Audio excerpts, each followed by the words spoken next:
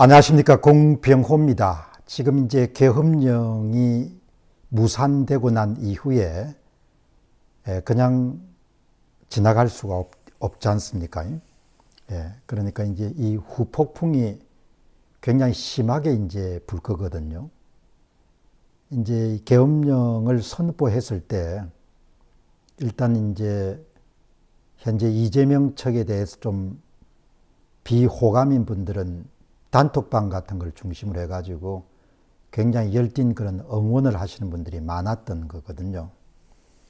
근데 저는 뭐 사안을 이렇게 좀 냉정하게 봅니다. 일단 다른 그런 영상물에서도 말씀드린 바와 같이 그 바람이나 소망, 기대, 염원 이런 것도 중요하지만 현실적으로 현재 이런 시대에 비상계엄이 성공할 수 있느냐?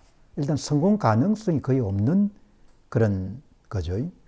우선 첫 번째는 실시간으로 계엄군의 동정이 다 세상에 알려지기 때문에, 그러니까 오늘 벌써 유튜브가 아니고 페이스북을 보니까 미국에 계신 교수분들이 그런 이제 영상물들을 봤더라고요. 계엄군이 이제 국회에 진주하는 그런 부분에서 시민들하고 이제 갈등을 벌이는 그런 사안들을. 그러니까 방송국이 한두 개가 아니고 스마트폰을 통해서 실시간으로 누구든지 그렇게 상황을 전할 수 있는 상황에서는 처음부터 계엄이 성공할 수 없는 일이거든요. 시대가 바뀌었기 때문에. 그리고 이제 과거처럼 그렇게 조국과 민족을 위해서 좀 무리한 일을 하거나 이렇게 자기의 앞날과 관계없이 자신의 운명에 베팅을 할 수 있는 그런 사람 숫자도 많이 줄어들었기 때문에 윤 대통령이 누구 조언을 받고 이렇게 아마 결정을 내린지 모르겠지만 이제 본인 스스로가 굉장히 수세에 몰리는 그런 상황으로 집어넣은 거죠. 그러니까 뭐 처음부터 성산이 거의 없는 게임을 했다 이렇게 봅니다. 첫 제가 내보낸 방송이 너무 선수 수사기를 죽이는 것 같아가지고 그렇게 노골적으로 이야기하지 않았지만 어떻든 간에 이게 모든 사람이 방송국이 될 수 있는 시대에 계엄은 현실적으로 성공할 가능성이 굉장히 낮은 일이다. 이렇게 이제 말씀을 드렸고, 지금 이제 계엄을 선포한다는 것은 이미 이제 엎질러진 물이지 않습니까?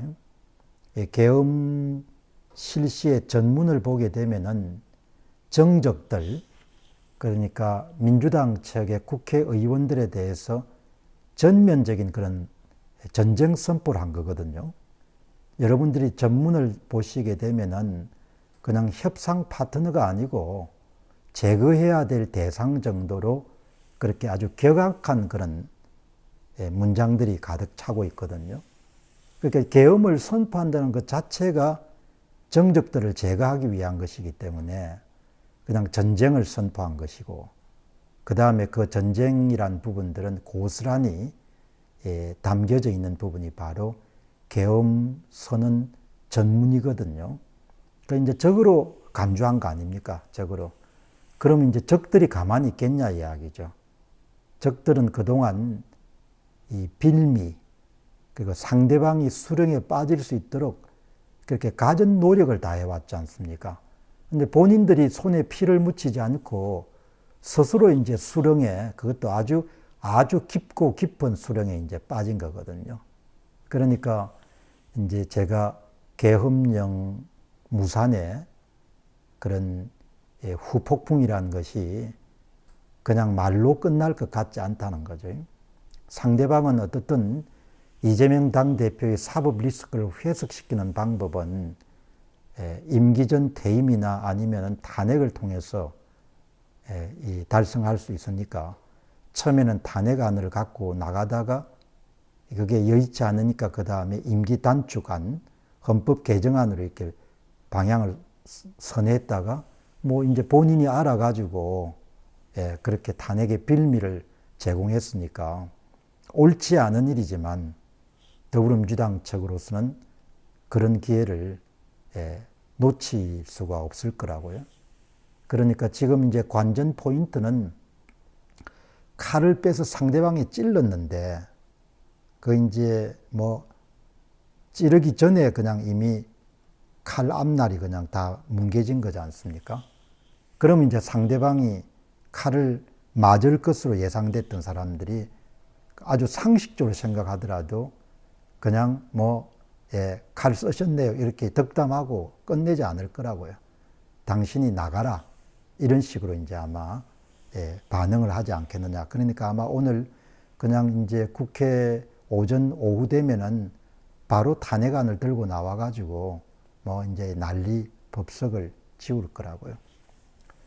윤 대통령은 저는 뭐 일찍부터 그런 지적을 했습니다만은 일처리가 그렇게 야무진 분이 아닙니다. 예, 야무지거나 다무지거나. 그래서 우리 옛말에 보면은 저는 그런 이야기를 참 많이 듣고 자랐는데 이제 그런 말이 좀 편견을 포함하고 있기 때문에 좀 조심해서 사용할 수밖에 없는데 우리 옛말에 허우대가 멀쩡한 사람치고 무슨 이런 이야기가 있지 않습니까? 일처리가 어떻다는 그런 이야기가. 예. 그 일처리가 그렇게 야무지지가 못하고 다부지지가 못한 거죠. 그 세상에 이런 일처리가 다부지고 야무지지 못하면은 그러면 뭐 세상이 그냥 그냥 뭐 낭만의 세계가 아니니까 늘 당할 수밖에 없는 거죠. 지금 이제 윤 대통령이 계엄 전문에 이렇게 포함한 것처럼 대통령이 돼서 무슨 일을 하고 싶어도 지금 할 수 있는 게 아무것도 없지 않습니까? 예, 그 내용에 그 안타까움이나 답답함을 계엄 선포 전문에 심은 거지 않습니까? 읽는 사람들마다 뭐 다 그걸 아는 거죠. 대통령이 지금 할 수 있는 그런 일들이 없기 때문에 결국 마지막 카드로 계엄 문제를 다뤘을 것이다. 그렇게 이해를 하지만 그러나 한 번 더 계엄 전문을 더 읽어보게 되면은 윤 대통령이 정말 선거 공정성 문제에 대해서 담대하게 대통령으로서 수행해야 될, 마땅히 해야 될 역할이나 의무를 다했다면은 스스로를 이렇게 어려운 궁지에 밀어넣지 않았을 거라는 이야기죠.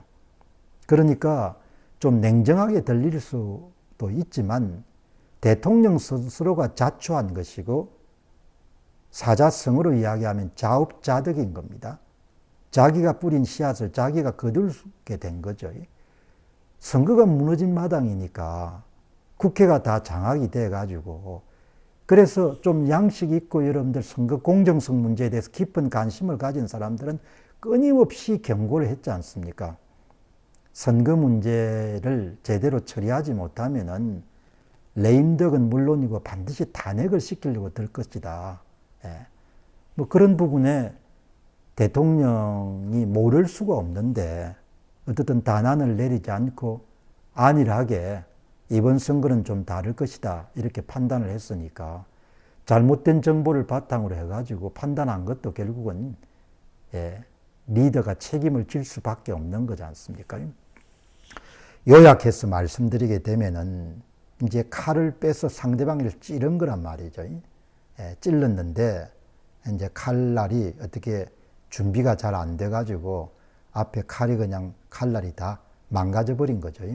그 이제 상대방이 칼을 갖고 상대방을 이제 공격해야 될 그런 상황이 된 겁니다. 뭐 그 사람들한테는 굉장히 호재를 만난 거죠.